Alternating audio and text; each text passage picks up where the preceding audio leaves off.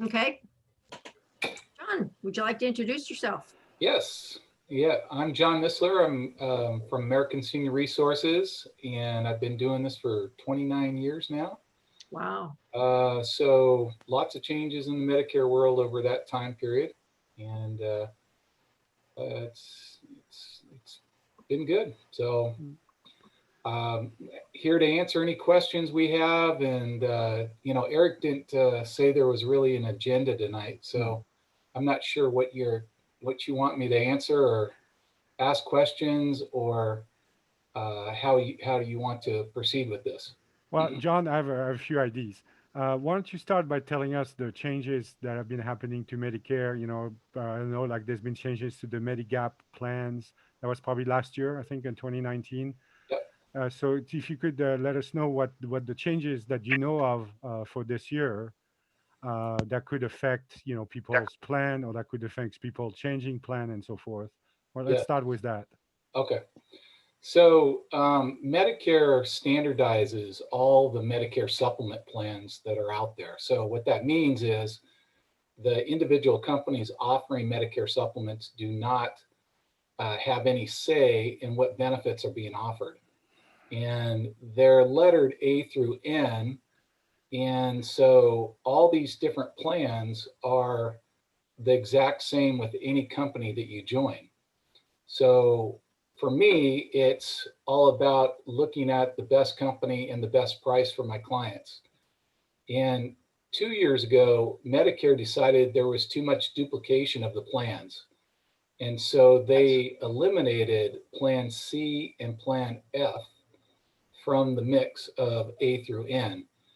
Now, what they did is they grandfathered anybody that was already on the plans prior to January 1st of 2020. And there was a little bit of miscommunication that nobody could join Plan C and Plan F ever again.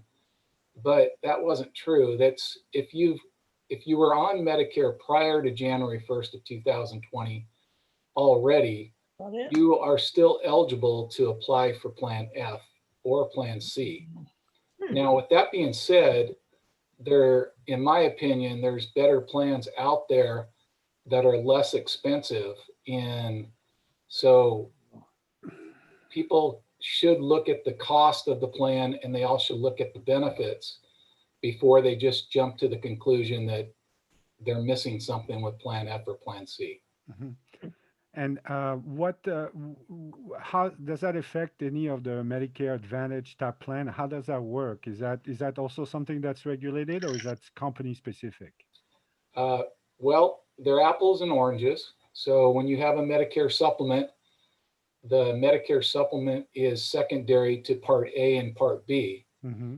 When you have a Med Advantage plan, that's Part C of Medicare, and that's you're actually assigning your benefits of Medicare Part A and Part B over to the company that you joined for the Med Advantage. And that Med Advantage company gets paid by Medicare for taking over the risk for hospital and doctors and prescriptions. Mm-hmm. So it's hasn't changed the Med Advantage world. When you change something with the Medicare supplements, it has nothing to do with the Med Advantage. Mm-hmm. And it's just two separate options and two different philosophies that somebody may want to go with the Medicare supplement and or go with the Med Advantage plan.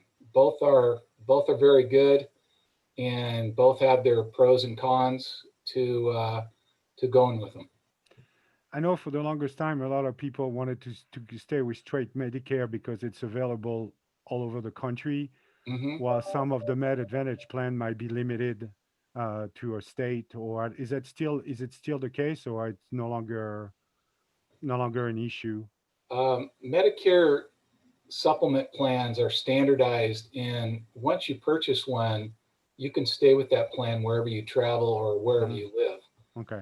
Part D plan that you choose may be statewide and or countywide. So you may have to switch your Part D if you move out of the state to a different state. But Mhm.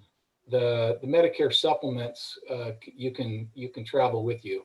Mhm. And I always encourage people to look at the state they go to, because different states have different regulations, and it may be better premium in a different state. They're not all standard premiums. State to state is different. So you really have to look at the situation. And the Med Advantage is a different animal, that it can be countywide, it could be statewide.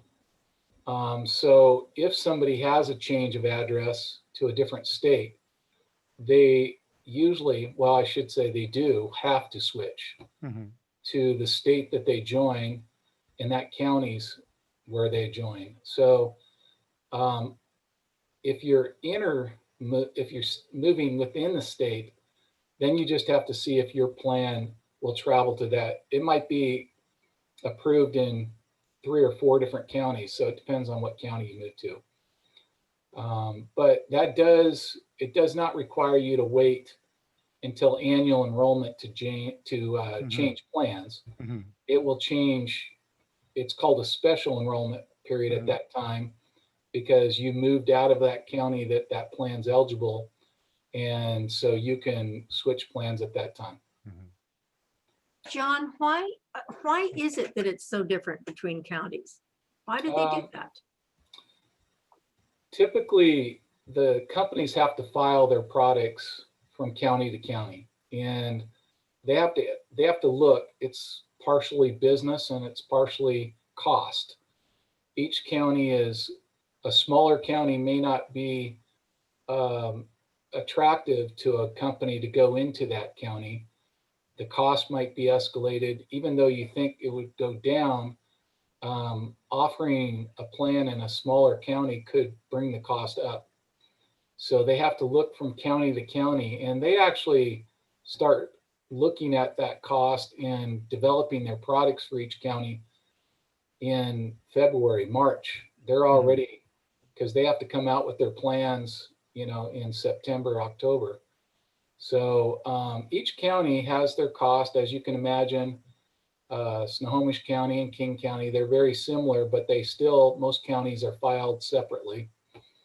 There's a few companies that will file their product for Snohomish, King County, Pierce County, so you can take it wherever you move there. But it's all about cost and all about the company's willingness to look at a county and say, okay, we want to go into that county. I'll give you an example. Island County, which is a very small community of people, there was only one company there probably 2 years ago, and now there's about 4 companies that are offering their products there. I think they found that the county can be profitable.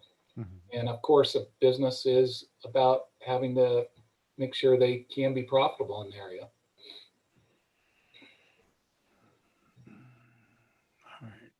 Any other questions? So there hasn't been any significant change to Medicare this year, right? Well, there hasn't been any significant to Medicare supplements and Medicare, because Medicare supplements are standardized and they carry over from year to year the same plan. Medicare Advantage, a little history of it, there about 15 years ago when I started offering Med Advantage plans, there was only 1 or 2 companies in the industry that were offering them in this area.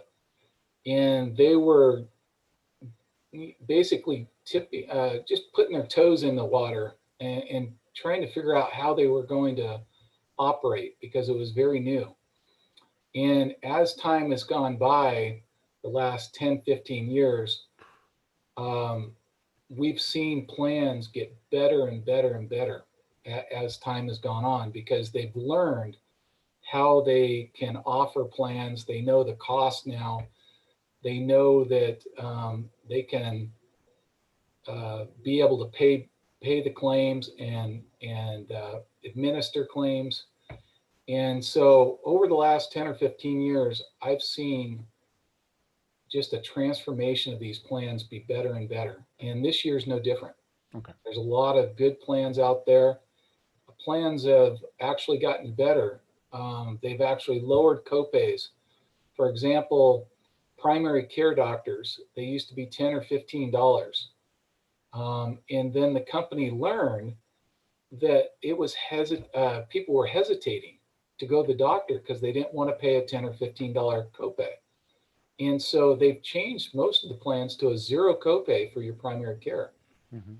And that's just one example. It's they're learning as they go, and they're learning that they have to make that more attractive to go to the doctor because they're on the hook for the bill. You're not on, when you're on a Med Advantage plan, you're not on Medicare. You've assigned your benefits over to that company. That company is getting paid by Medicare in order to pay your claims for hospital, doctor, and drugs. And so they are wanting you to get a physical. They are wanting you to take care of yourself, gym memberships and things like that, because they want to avoid that $100,000 claim. Mhm. And I would say Medicare and a Medicare supplement, they pay very, very well, but they're not doing a whole lot to on the preventative side. Mhm. And the Med Advantage plan is very proactive. They want you to, they're calling people to get their physical. So it's just they're looking at that person more holistically than Medicare is, because they're on the hook for that claim if somebody gets very sick. Yeah. I know for Vicky, she gets, they give her a free mammogram. She gets a $50 Amazon card if she gets an Hmm. annual checkup, if she gets a mammogram. I mean, there's all kind of incentives, Hmm. to do those kind of preventive things. Uh, Absolutely, yeah. absolutely, and that's kind of been uh, the rolling snowball of these plans. They've been getting better and better because they're learning more and more, Hmm. and they know that those incentives do work. It's amazing how many clients I have that have the watch that keeps track of all the steps. Hmm. They're they told me, John, I got to hit my 10,000 steps because Hmm. I get $10 or Yeah. Yeah. Yeah. $15. Even And Walgreen does that. They have a wellness program, and you can yeah, sign up your Fitbit and get like $5 off if you do like 50,000 steps in 5 months. yes, Um, yes. yeah. So, Yeah. and so these are all good things, I think, from clients taking better care of themselves. Hmm. So you mentioned that in 2020 there was a couple plants that went away. Is those are the Medigap, what they used to be called the Medigap plants, correct? Correct. Correct. Is there any replacement? I believe there's a similar to Medigap, but it's a higher copay, a higher deductible or higher monthly fee. I don't know, right? Well, the plans have always been there. The A Yeah. through N has always been there. So the Hmm. two plans they eliminated left the rest to stay there. Uh, The plan that a lot of people like is Plan G, hmm. and Plan G is just like Plan F, but it doesn't pay the Part B deductible, and currently that's $198. Okay. So the only difference is from F to G is that deductible. But if you see the difference in premium, you will sometimes see a differential of $50 from Oh, F to G. oh So wow. you do the maths, very simple, right? $50 times 12 months, you're at $600. And the only thing you're avoiding is $198 deductible. Yeah. So it doesn't make sense to stay on that Plan F sometimes. It makes sense to transfer to Yeah. Plan G. And you can do that without underwriting. And basically, you can go any company you want. It's guarantee issue. Yeah. And I believe the state is offering on one of those plans too, right? Correct? I'm sorry? I believe the state is offering one of those plans to the state itself as a Yeah, plan. they offer a Plan G, I Yeah. believe. Yeah. Mhm. Okay. Yeah. I have a question, John. So Yes. I am great grandfathered in on Plan F. It's a Plan F part that went away many years ago. Yep. Um, So I was told by another insurance company that I should never get off that plan. I could never get on it again. Is there ability to get with another company with it? Yes. Okay, so I can So change companies. you can change companies. And Okay. the thing is, you need to analyze why you're on Plan F and really look at it, whether it makes sense to do it financially. I'm not saying to switch off Plan F, but people are holding on to it because they don't think they can get back on it, or Well, they that's think what I it's was told. I could never get back on it if I went off of it. you can. There was a lot of misinformation at the start Really? of this change that made people think different things, and I'm included. I had the information wasn't being shared with us as agents, and so a lot of the things that you're talking about were things that we thought were true until they were clarified. Okay, But really, like I said, if you understand insurance, at some point you're going to want to go off Plan F, because when you have um, a pool of people, if you will, and they're in a pool, and insurance is all about risk, right? You have a big group of people that are sharing risk among many. And when you say we're not going to add any more people to that pool, what happens is the pool shrinks. mhm, And it just so happens that pool's shrinking and it's getting older at the same time. And so eventually those rates have to go up to meet the demand of the claims that are being paid, because that pool's getting smaller and they're probably not getting healthier. And so eventually that Plan F will be too costly, I think. okay. That So makes sense. just That a makes thought a lot of process. sense. Yeah. Thank you. Mm-hmm. Anybody else has any questions for John? What about the companies that are, you know, 3, 4, 5 stars? What does that really mean? It's a great question. So MedAdvantage plans are rated by stars, and it's not just one thing that they're rated on. It's customer service, it's claim paying ability, it is complaints, it is how many people have had a physical, if you can believe it. If any of you are on a MedAdvantage plan, you probably at one point have gotten a call saying, hey, we'll have someone come out to your home for the physical, or hey, have you had your physical? Let's get something scheduled, because they want, Medicare puts some certain guidelines on them. And that is, one of them is to make sure people are staying as healthy as they can. And they're kind of pushing them to make sure that they're doing certain things. So the combination of the star rating is about 3 or 4 different classifications. And so these companies really are wanting to make sure you're happy. And so if there was a situation that you're not happy because of certain things that are the company's fault, there's certain things that are not, they get blamed on, let's say. But there's a lot of times you can send that complaint up to the ladder of the company, and they're going to really work hard on trying to get that situation resolved, because they are basing that complaint is getting based on their star rating. So Any advantage to be on a 4 or 5 star company besides that? yes and no. I think, first of all, past performance doesn't always equal future performance. So I think that some of the companies are working hard, and you have a company that's 3.5 stars, they're working for 4. So they might be even working harder for you. But overall, if you're taking, when somebody's shopping for a car, I guess they're looking at, the ratings of previous cars and what they've done for their previous car. So I guess you could use that as a tool, but I don't know if it's always correct. Now, do you deal with things like the Everett Clinic and how they go with the different plans?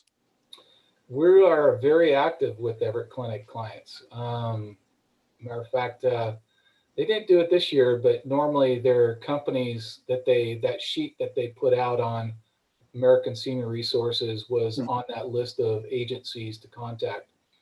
But yes, a company, a clinic has to, or a hospital has to choose what companies they're going to associate themselves with. Everett Clinic has 5 different companies that they have. They could choose more, and more companies would love to be in the offering that Everett Clinic takes. But they've chosen the 5, and they pretty much have stuck with those 5 over the last 3 or 4 years. Yes, so just a little insight to when you're looking at a Med Advantage plan. I would say, first of all, contact a good agent. A good agent will ask you questions to bring up things that you should think about when they're looking at plans, should educate you on the difference between being on Medicare and Medicare supplement plans versus a Med Advantage plan, and let you make that choice. But also, they have to look at who you see as a doctor. Okay, that's my first question when I'm talking with a client and trying to help assist them, because there's no reason to show them other plans that their doctor's not going to take, especially nowadays with a lot of doctors are at full bookings, and so it's hard to find a doctor nowadays. So you want to stay with your doctor. We need to find a plan that doctor takes, and then also doctors that are outside that plan, outside of your primary care. Maybe you see a specialist, maybe a orthopedic surgeon. We need to make sure that those are all crossed over, that all those doctors are on that list. The second thing that you need to look at is your medication. As interesting as it is, I can find different companies that use different formularies, and a drug that you take can be a tier 1 or 2 with one company and a tier 3 or 4 with another.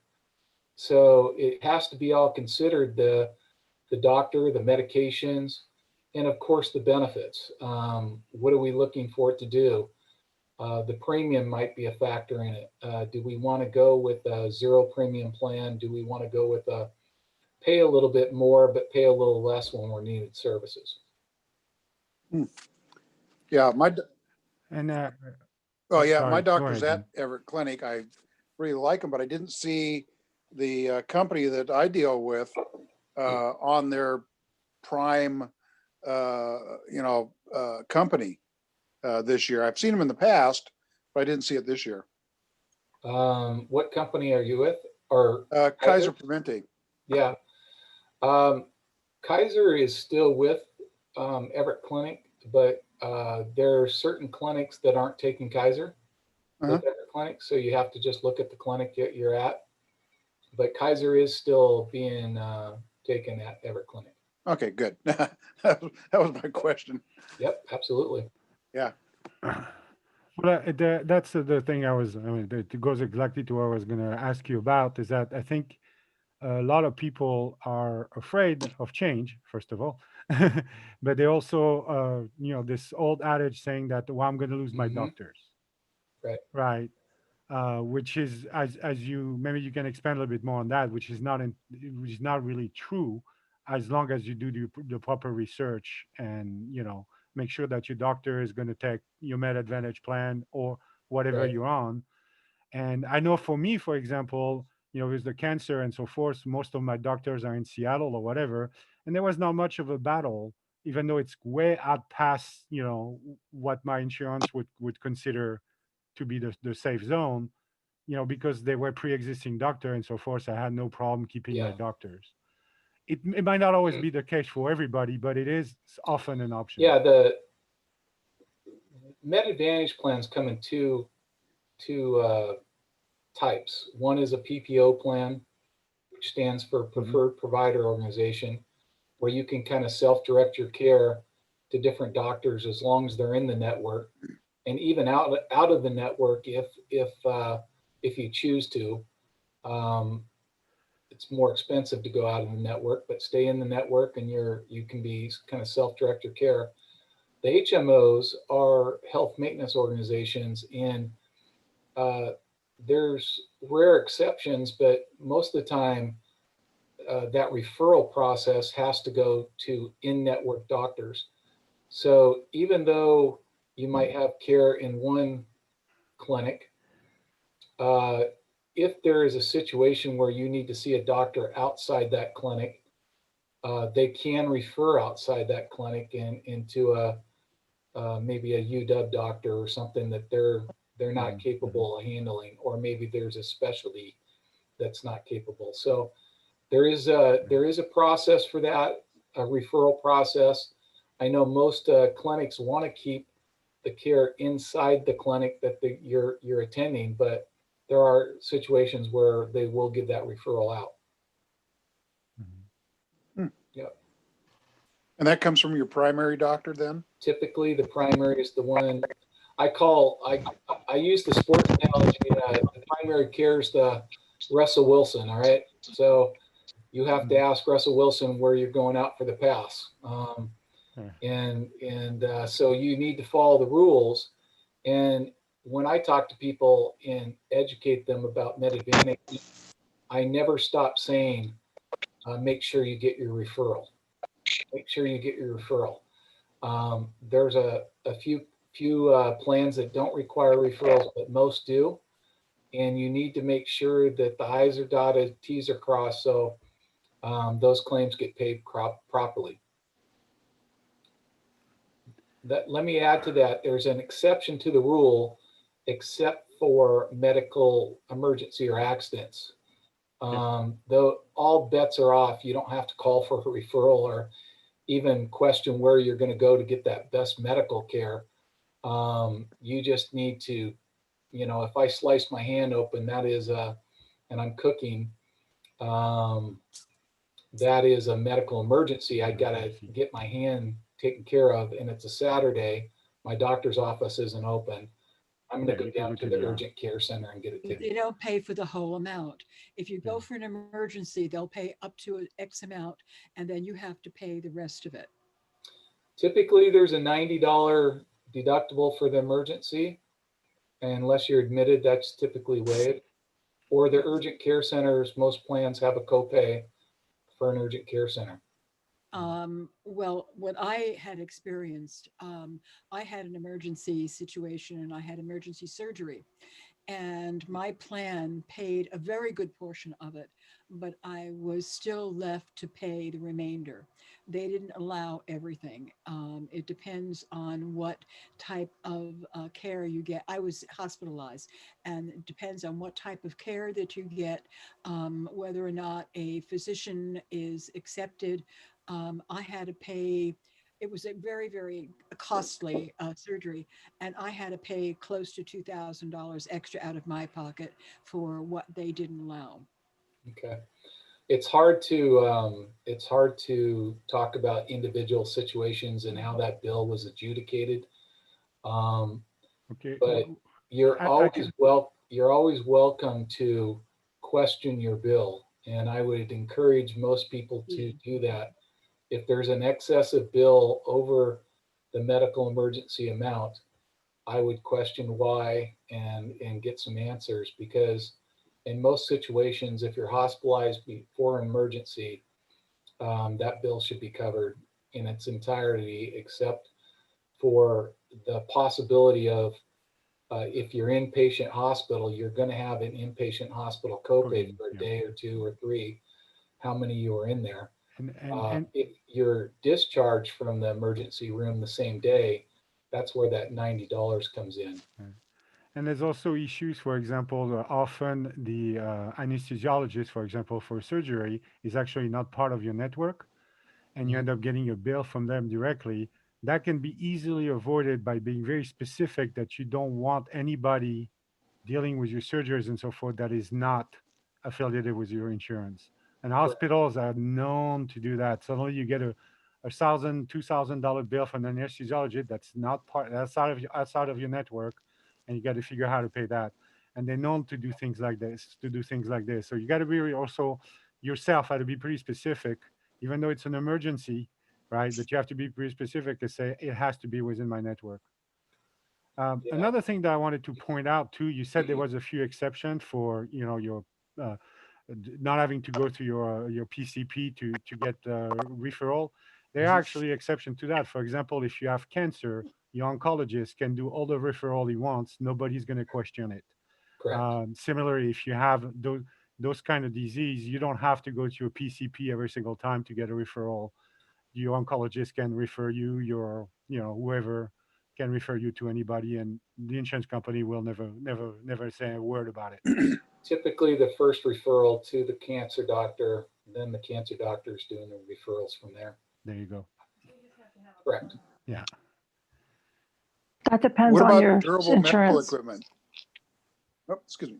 Oh, yeah, durable medical equipment, right? Is that what you said, Jim? Yes. Yeah, Yeah. durable medical equipment, typically, depending on the policies, typically an 80-20. 80% company will pay, 20% you would pay. Depending on what plan you're on, if you're on a Medicare supplement, it could be covered 100%. Yeah. Yeah, my issue is that the provider that I've got to go through to get the supplies jacks the price up at least 2 to 3 times what I can actually get the product at Mhm. if I go direct, which I have issues with. Well, So that I'm paying again, about hard $10. it's hard to talk about specific situations, but Yeah. normally it's the opposite. If you're using a provider by a company that is contracted, typically the contract is negotiated, pre-negotiated, and that company is getting a discount on those because they don't pay retail, and you should be getting the discount for being with that company. So Yeah. I don't know what's going on there, but typically that discount is passed on to you. You're paying 20% of the discounted rate the company has pre-negotiated. Okay. But that's why I tell people, be an advocate for yourself. Do not take the bill and just take their word for it. Question why, why you're being billed. Another one is ambulance. Ambulance service is one that often you see that you have a $250 deductible, or not deductible, but a copayment. And then all of a sudden I've had clients receive an $800 bill and they're trying to overbill my client. So you just need to tell that ambulance company, you can bill my company that I'm with for the remaining balance. My balance is $250, and that's it. And that's the end of the story. And you may notice often that if you actually call on the bill, even before they know the specifics, they'll offer you a discount. Even before you just say, this is my name, this is my number. And it's like, oh yeah, well, we see you have a bill for $200. Well, if you pay today, we can give it to you for $120. So be an advocate. I mean, or have someone fight for you. Yeah. I do get involved with some of my clients' stuff. There's only a certain amount I can do because of HIPAA laws, but I do have uplines for my companies that I deal with that, I can sometimes get involved with the claim process and bring it to the company's attention. And, I will say it's not always the company's fault. No. I'm not defending, but I will tell you there's a miscode for the diagnostic, the code that the office is using. I don't know if you're all familiar with what we call DRGs. DRGs are diagnostic related groupings. These are the codes that you see for each procedure that is done. There can be multiple procedures or multiple codes for one procedure.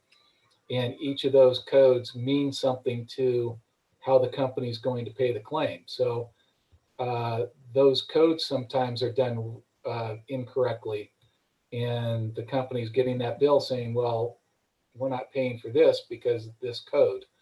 So that's why I say sometimes you have to question the bill to make sure that those codes were done correctly.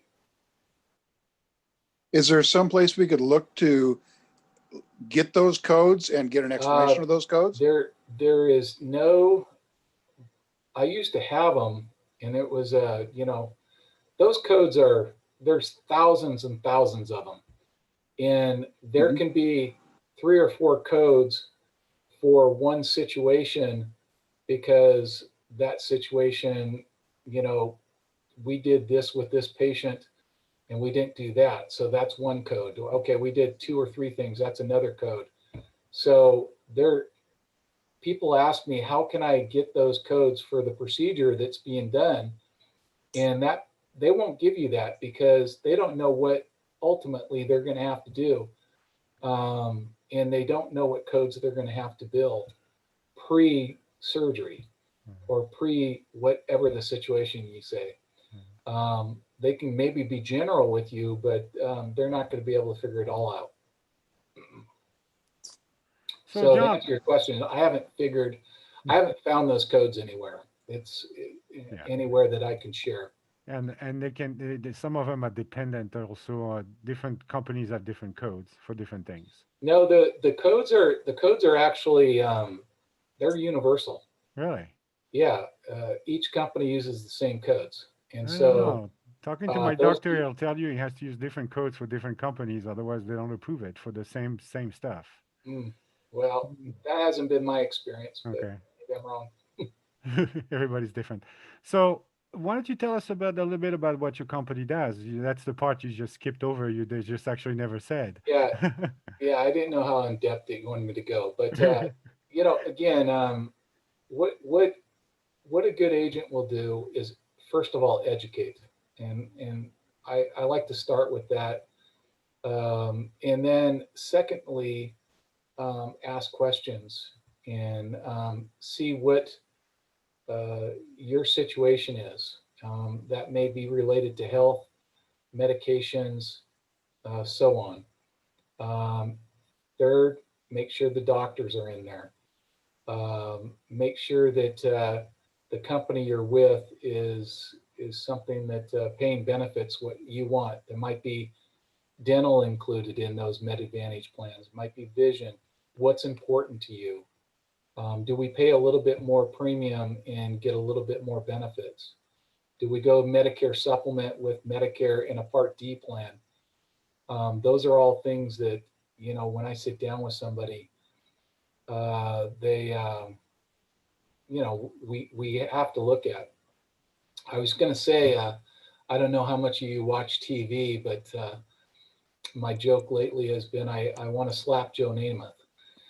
Because I don't know if you've seen the commercials. Joe Namath is everywhere talking about all this free stuff. Yeah. And one of my clients called the number that was on the line, and the person was a smooth talker and said, okay, you'll get all this stuff. And so she calls me in a panic and she goes, my doctor doesn't even take this plan. And, this plan is not going to work. And I said, well, you should have called me. Normally my clients know to call me before they do anything rash because an agent, just to let you know, agent gets paid by the insurance company to take care of you. And I get paid a residual each year for taking care of you.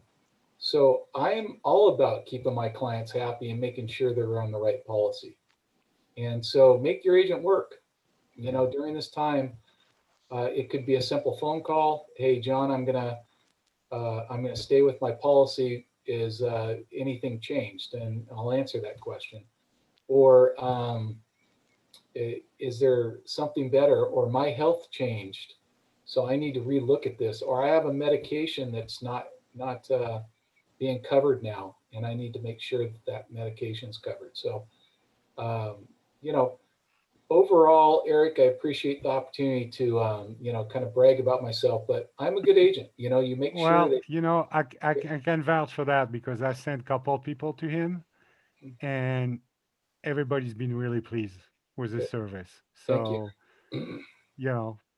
I kept his card the first time he came to the meeting, and I had a few people that asked questions. I was like, give this guy a call. Don't bug me with this. Just give this guy a call. So, you know, it is, and it's important for me to take care of clients. And there is a lot of people or agents, part-time agents, and you do want a full-time agent. I work at this year round. Doesn't mean I don't go on vacation, enjoy myself, but I'm pretty much available to my clients to answer questions. Or Well, I mean, and I think this is the point that he's a little bit shy about it, but this is the point that's important is John, you don't pay John. Your insurance company will pay him for taking care of you. That's So correct. as he said, it's all that's how he makes his money. If you're not happy and he goes with somebody else, he just lost his commission, That's right? correct. That's correct. So he's working for you. He's not working for the insurance company. But it doesn't matter which insurance company he goes with.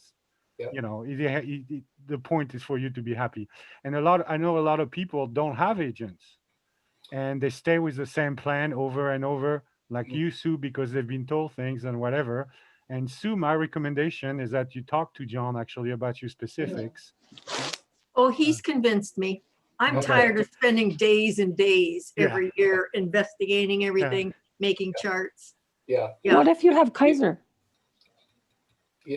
You know, Sue, I will tell you, the one thing I do tell clients is I want you part of the process.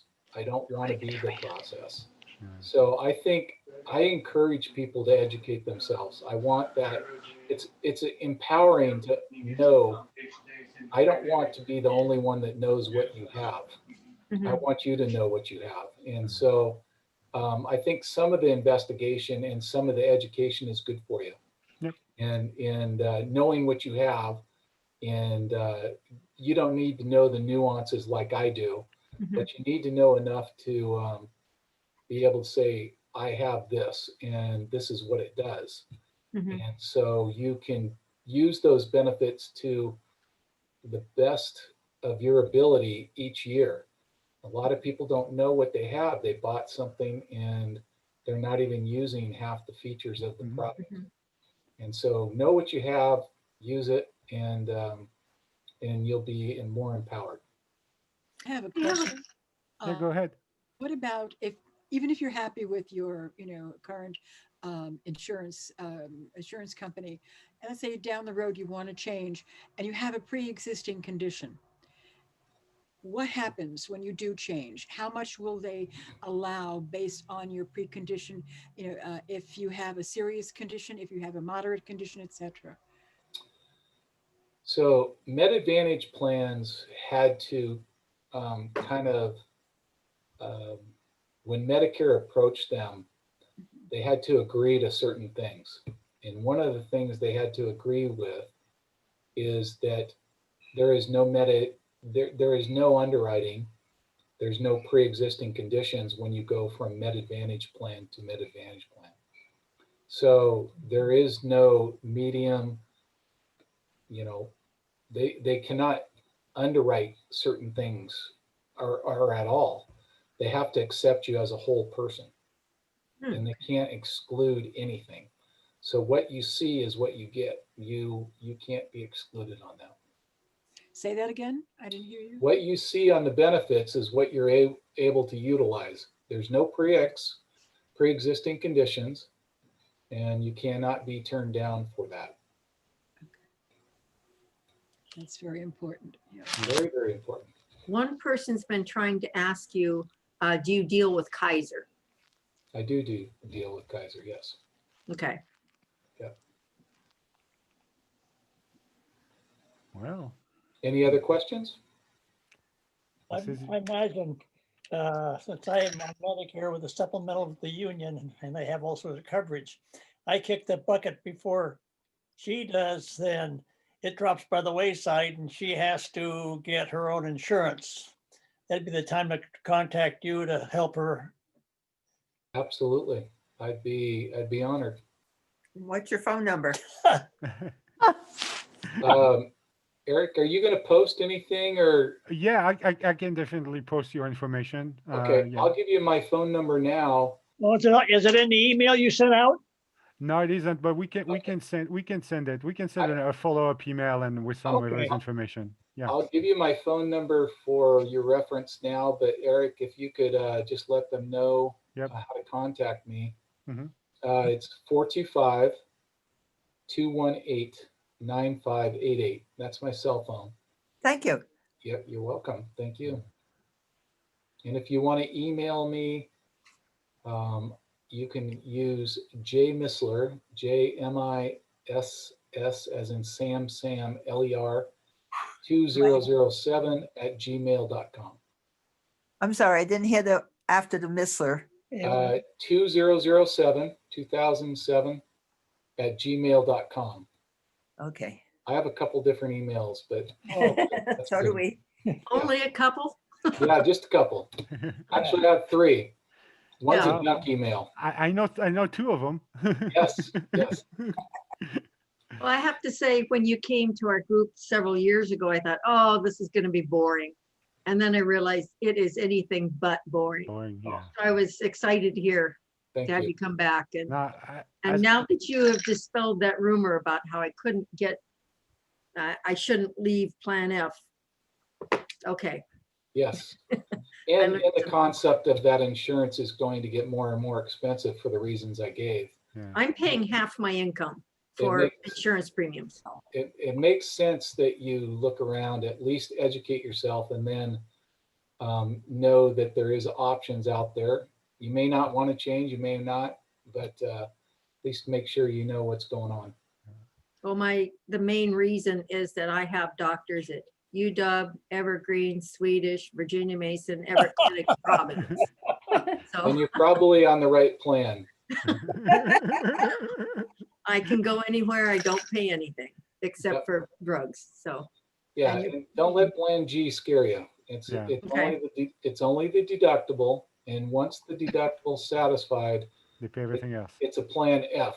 You know, it's 100% hospital, 100% doctors after that deductible. well, the one thing about that is though, with Part D, I'm paying deductibles for 6 months of the year. Until So you that adds more that I've got to pay at the beginning of the year in Mhm. order to save money overall. And that can get to be an issue sometimes. Two separate issues: the drugs and the Mhm. Yeah. on the. But if Medicare they side. all happened at the same time, They do. it's one big issue. Believe me, I know. Well, talking about that, when people get on a Plan D, and there's that whole donut hole thing, and there's how's that difference when you get on a Medicare Advantage plan that has some drug coverage that might not be as extensive as a Plan D, correct? Right? It might be limited, or whatever they've negotiated, like that company has negotiated with various pharma companies or whatever. As you were talking, the tier stuff, Yeah. Well, each company, whether it's a Part D company or the drugs that Part D that's built into a Med Advantage, have to Yeah. comply with the federal regulated numbers. So they use the same numbers, but they can change the numbers. They can make it better. They just can't make it worse than what the federal government outlines. So yeah, for example, the highest deductible in 2021 that can happen is $445. Now, some companies can be zero deductible, and they can make their product better because they're trying to be more competitive. So, but they can't, the federal government says, this is what you can't go over this number, but you Yeah. can make it better. So they're all dealing with the same numbers, but they can make it better. The formulary is different, but each category has to be covered with each company. So if you're a diabetic, there might be, 2 or 3 different drugs out there, but the company doesn't need to cover all 3 of them. They have to cover at least one of them. Mhm. So somebody that joins that company has an option. And typically they'll have 2 or 3 or 4 different diabetic medicines. But that's why it's important, if you're on a particular drug, is the first thing you should be looking for is to make sure that Part D company is, the formulary is meeting your Yeah. drug needs. I mean, you can go from because of that, you can go from paying a lot for drugs to almost paying nothing or virtually nothing if you're with the right plan, you know.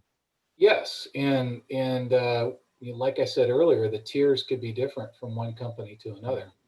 So So, same drug, yeah, different tiers. what about people that have extremely expensive drugs, chemotherapy type drugs or whatever? A lot of companies, for example, a lot of insurance will pay for an infusion of chemo, but once you get it in a pill form, then it becomes standard medication and can be extremely expensive. I've had medication that cost upward to $800 every 2 weeks. Hmm. Um, what are the options basically? Well, I mean, at certain points in certain drugs, let's be honest, there's not too many options if you have to take that drug and it's very expensive. I would look into manufacturers' Programs. discounts and Mhm. or sometimes financial assistance with certain drugs that are over, very, very expensive, new on the market. Mhm. Um, the, you know, I educate my clients on medications being that the doctor's sometimes not thinking of your pocketbook when they're giving the prescription out. Yeah. It's the drug that they're recommending, but there might be a generic drug Mhm. that is a good alternative for that same drug. I use GoodRx myself. I don't know if you folks have ever heard of that, but Yep. GoodRx, you can get on and you can get a card for discounts for drugs, and you can certain times you can pay less than your copay for certain drugs that you would Yeah. pay on your Part D. They also have an app for the phone. You don't even need Yep, the card, and it yep. tells you what the price for the drug is. And sometimes it's even like Walmart on some of the generic, for example, they have the $4 for 2 weeks or $7 for a month. But with GoodRx, you can actually pay less than that sometimes. Um, I found that out. I wasn't a believer until I had to go down and yeah. my daughter had some medications for acne, I believe it was, and I took it down there and you know went to go pay. It was $167, and I thought to myself, well, I just applied for this GoodRx, and Yeah. I had no idea. I'd never looked up the drug. I said, well, what about with my GoodRx card? And it was like $75. Yep. So Hmm. I came home, told my wife the story, and she said, good, let's go out to dinner. Exactly. You just saved money. Let's go spend Yeah, some. that's expensive. So, I know, let's go and spend it. Yeah. all right, folks, any other questions? No, I think we're gonna wrap it up. I mean, you did almost an hour here. Took Yeah. enough of your time. I think everybody got their question answer, right? Good. Very good Well, information. yeah, we'll put your information up. I know you don't mind getting phone calls because, as I said, I've sent you people, and I know Yeah. you've helped them. So, All right. Well, you all have a great night. all right, thanks a lot, John. Thank I'm going to you. sign Thank off. you. Um, Thank you. Nice to Appreciate meet it very everybody. much. All right. Thank you. Bye. Bye. Bye. Eric? Yes.